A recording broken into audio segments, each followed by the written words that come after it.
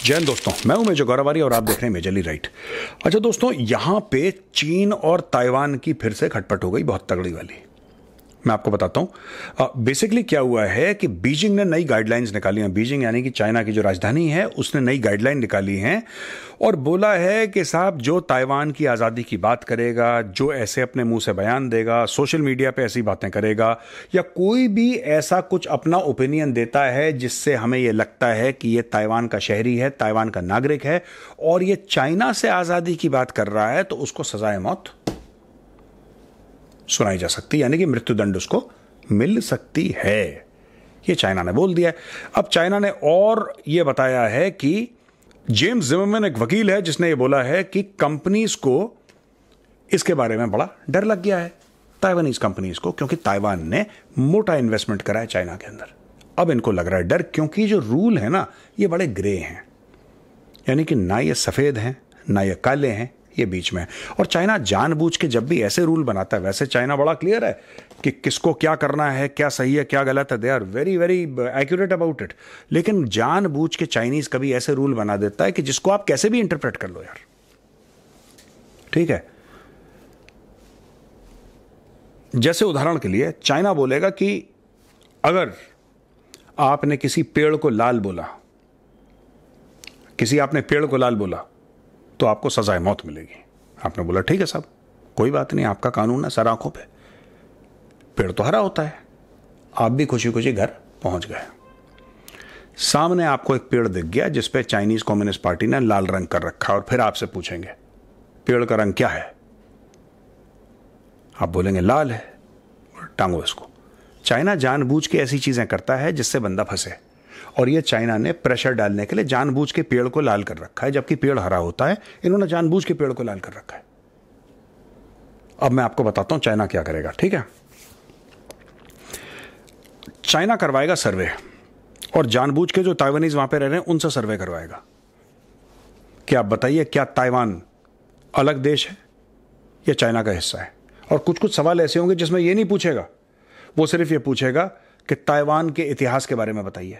तो ताइवान का इतिहास जो उसको पढ़ाया गया वही लिखेगा।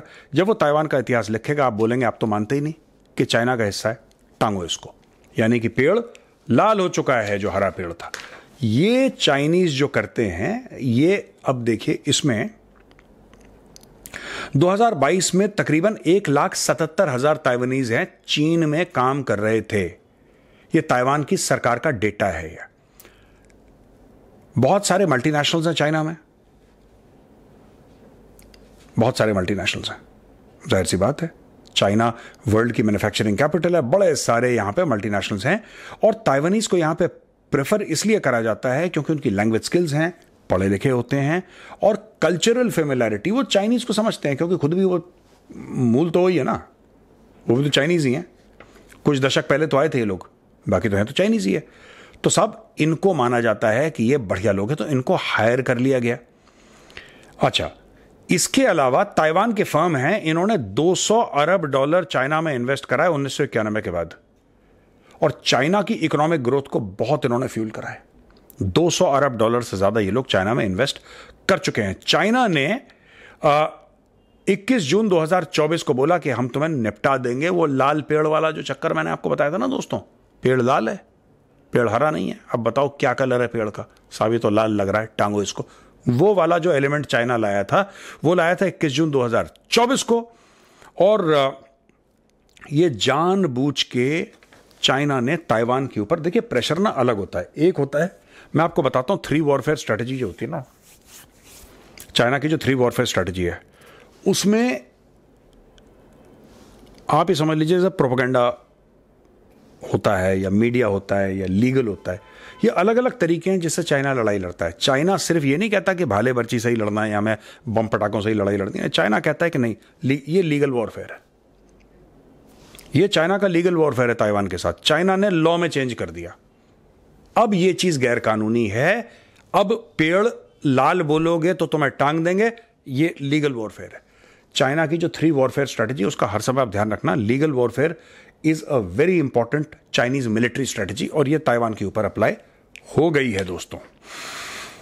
अच्छा जी, चाइना ने यह बोल दिया है कि डेथ पेनल्टी है, सजाए मौत है, मृत्युदंड है, एक्सट्रीम केसेस जो इंडिपेंडेंस के सेपरेटिस्ट हैं। और चाइना ने यह भी बोला है कि प्रेसिडेंट लाई चिंग, जो ताइवान का राष्ट्रपति है लाई चिंग ने जो भी इंडिपेंडेंस की बात करी थी कि हम एक स्वतंत्र देश हैं, तो लाई चिंग को बोल दिया कि सेपरेटिस्ट है, ये गलत आदमी है, गंदा आदमी है। जिस दिन हमारे हाथ में आ गया, ठीक है, तो इसका सूप बना के पिएगा। ये चाइना ने क्लियरली बता दिया। अब क्या है कि ताइवान वाले डर रहे हैं। ताइवान की दोस्तों इन्वेस्टमेंट चाइना के अंदर, अब आपने सजाए मौत सुना दी कि पेड़ को लाल बोलेगा तो टांग देंगे। चाइना के अंदर दबा के इन्वेस्टमेंट ताइवान की पहली चीज। दूसरी चीज उनका मैन पावर। तीसरी चीज क्या होता है कि जब आप कहीं पे इन्वेस्ट करते हैं ना, मैं आपको बता रहा हूं चक्कर क्या है। जब आप कहीं पे इन्वेस्ट करते हो, और आप 1991 में चाइना की वो इकोनॉमी नहीं थी जो आज है, ग्रो कर रही थी, no doubt it was growing very well, इसमें कोई शक नहीं है। लेकिन ये वो मैटर नहीं था जो अब है। उस समय इन्होंने बहुत ज्यादा पैसा डाला। और पैसा कैसे डाला? ऐसा उन्होंने चेक काट के डाल दिया। इन्वेस्टमेंट करी भाई। चाइना के अंदर आपने अपनी फैक्ट्रियां लगाई, चाइना के अंदर आपने अपने सॉफ्टवेयर बनवाया, चाइना के अंदर हार्डवेयर बनाया, मशीन फलाना सेमीकंडक्टर, आपने 50 चीजें चाइना में, क्योंकि आपको चाइना एक बहुत अट्रैक्टिव मार्केट लगा। और चाइना भी उस समय बिल्कुल बेनाइन था। China line of actual control में भारत के साथ जो आजकल कर रहा है, तब थोड़ा ना करता था। मैंने कई बार एग्जाम्पल दिया है कि मैं भी लाइन ऑफ एक्चुअल कंट्रोल पे था भाई। इधर हम थे इंडियन आर्मी, उधर चाइनीज आर्मी थी। चाइनीज और वेरी स्वीट, कोई दिक्कत नहीं साहब, हेलो बस। कुछ नहीं, कुछ भी नहीं, मैं बता रहा हूं आपको, नथिंग हैपेंड, कुछ नहीं हुआ, ठीक है। जब मैं था लाइन ऑफ एक्चुअल कंट्रोल पे, भाई साहब ना एक गोली चली।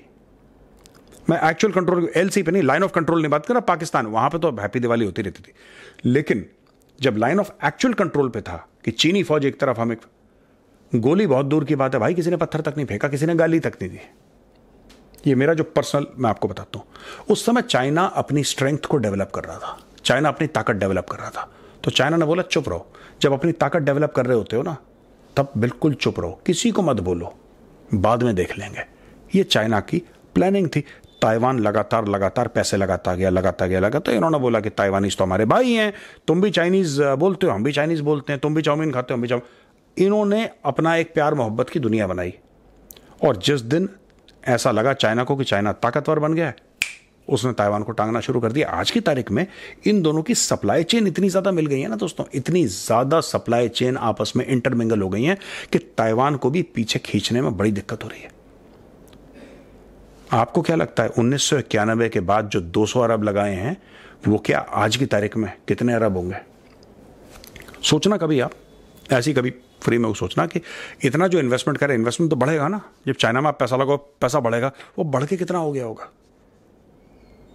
बढ़ के कितना ज्यादा वो पैसा हो गया होगा। आई विल नॉट से कि इतना हो गया, ट्रिलियन हो गया, 500 बिलियन हो गया, मैं इन चक्करों में नहीं जाऊंगा क्योंकि मुझे पता ही नहीं एग्जैक्ट फिगर। लेकिन बहुत ज्यादा हो गया यार, बहुत ज्यादा हो गया, दुगना तिगुना बढ़ चुका होगा, इजीली, आराम से, हंसते खेलते। और कैसे? सप्लाई चेन आपस में जुड़ गई। यार एक बार आपने सप्लाई चेन जोड़ दी किसी देश के साथ, फिर उसके साथ झगड़ा कैसे करोगे? और ताइवान ने तो पूरी की पूरी सप्लाई चेन अपनी चाइना में उड़ेल दी यार। तो ये ताइवान के लिए बड़ा एक मुश्किल का वक्त है। और वहां पे उल्टा चाइनीज गुर्रा रहे हैं, आंखें दिखा रहे हैं और कह रहे हैं पेड़ ला ले यार।